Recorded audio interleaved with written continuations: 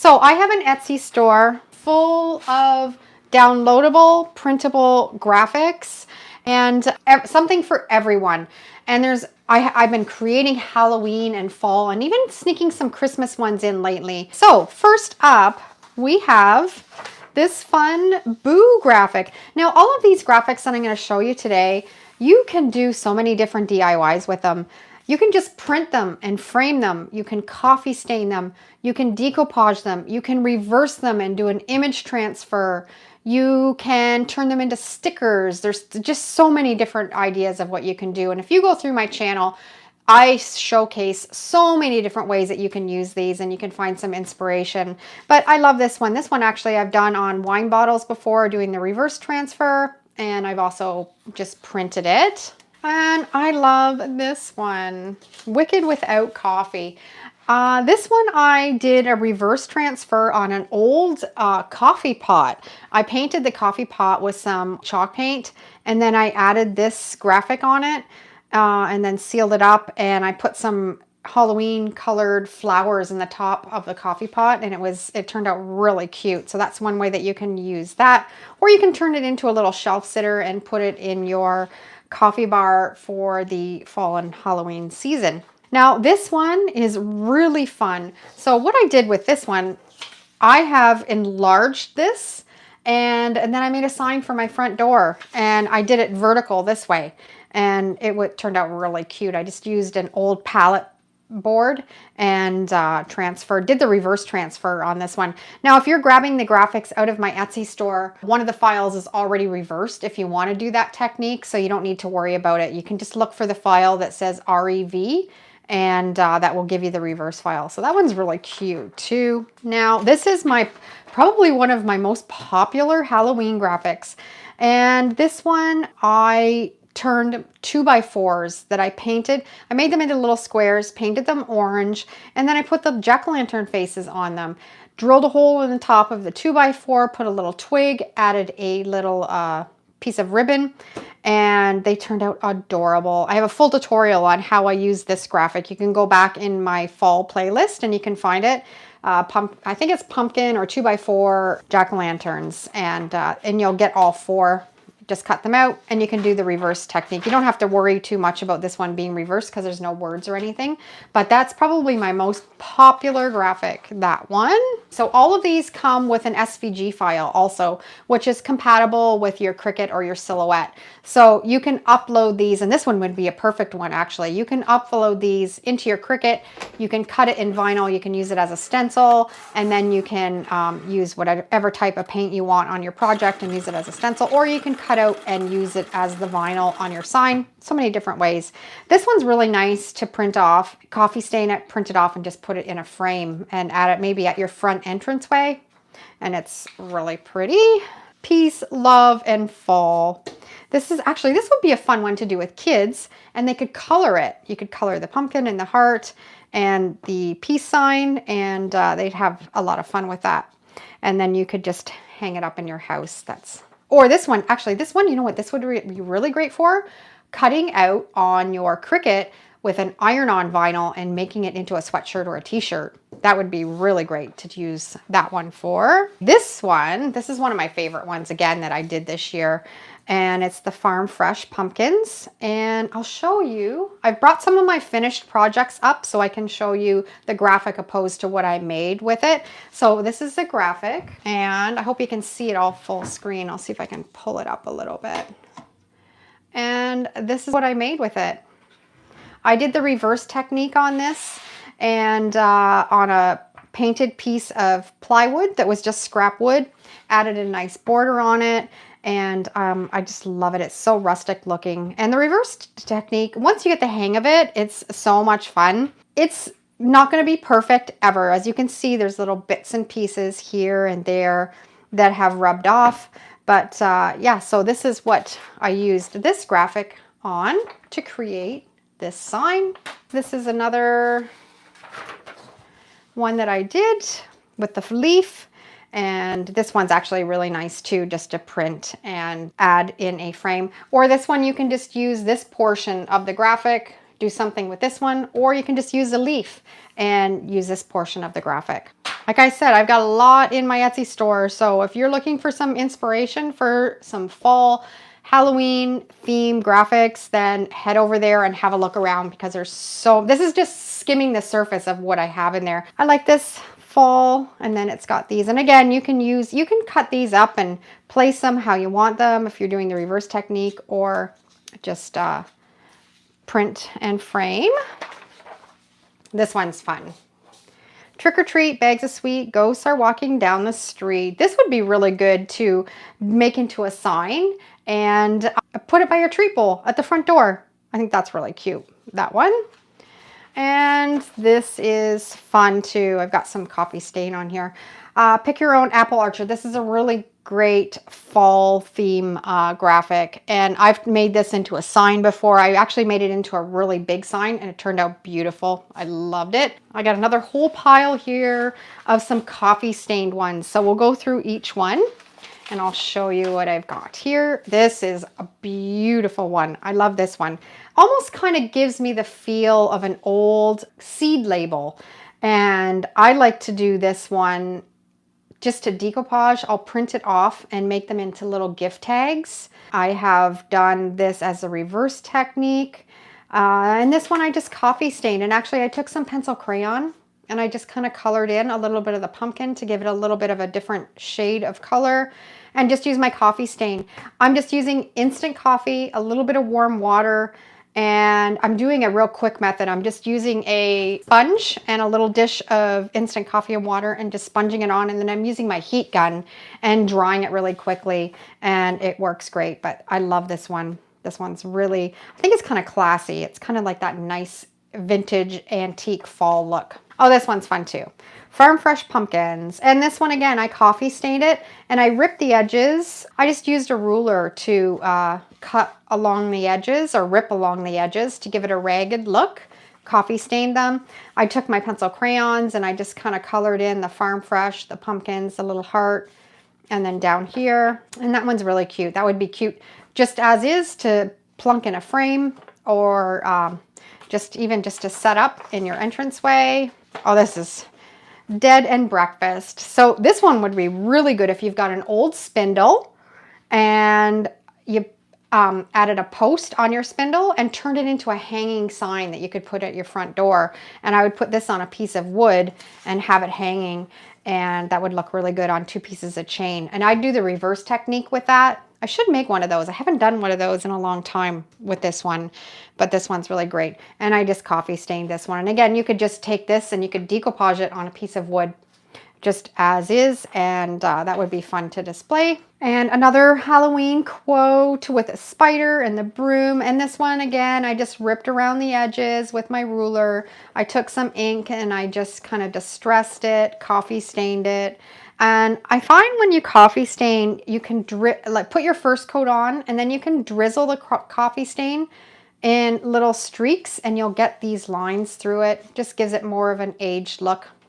Love that one. Oh, this one is fun too. This is really spooky. So this one I would love, but I think this would be really good to use as a potion bottle label. Now I've got some potion bottles I'm going to show you in a second that I've finished, but this one would be great for that. And again, I just coffee stained, and I actually have some scissors. I'll show you, like just these scissors, the Fisker ones that have like the edge on them, cut around the edges, took my ink and just kind of distressed, coffee stained. That one's really great. And again, that would be good to put to decoupage onto potion bottles. I just hand ripped this one and it gives a pretty, almost like a burnt edge look. And that's another alternative. Instead of using a lighter, you can just, like I just ripped it with my hands and then took the ink around it, drizzled. You can see all the drizzled coffee stain on this one. This is a really nice quote. Again, this one would be really great to decoupage on a bottle. You could take it down into a smaller size, use your Mod Podge and decoupage it. I really like it almost, and you can almost like roll this up, make it into like an old kind of vintage map look. You could tie some Halloween, so many different ways. And what do we got up next here? Oh, this one's great to, if you have a coffee bar and you've kind of staged it for fall and Halloween, I like to do this one, and I've done them in little shelf sitters. I've framed them. I've done the reverse technique, and it's the Witch's Brew Coffee House. And I had fun designing this one. This one took me quite a while. Sometimes I'll just sit in front of the computer and I'll just add graphics and the coffee beans, just see what looks good. And next thing you know, I'm into it like 6 or 7 hours before I'm happy with the graphic. And this was one of them, but once I was finished, I loved it.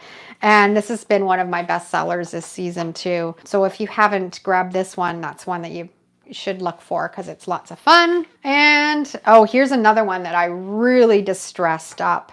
The Poison, which is great. Now this one's really spooky, and I know some people don't like the spooky Halloween. They like more of the fun, whimsical Halloween, but if you're into this kind of stuff, this is a really great graphic. I put these ones, I decoupage them on my glass bottles all the time. It's actually one of my best sellers, and I've got some done here. I'll show you in a minute, so just hang tight. I'll paint my bottles, and then I'll print off these, and I'll coffee stain them, distress them, and I'll add them to the bottles, and they look really great. And this one, I just really tore it and took hunks out of it, and then I went in with my black ink and distressed it. That one looks really great. I like this one.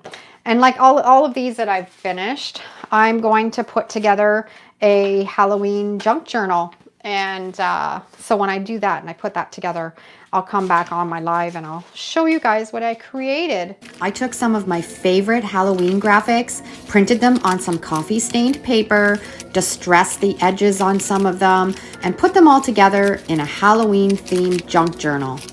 I just punched some holes in the paper, put them all together with a little bit of ribbon. It's messy, but I love the way that it turned out. I think it's going to look perfect displayed with my Halloween decor.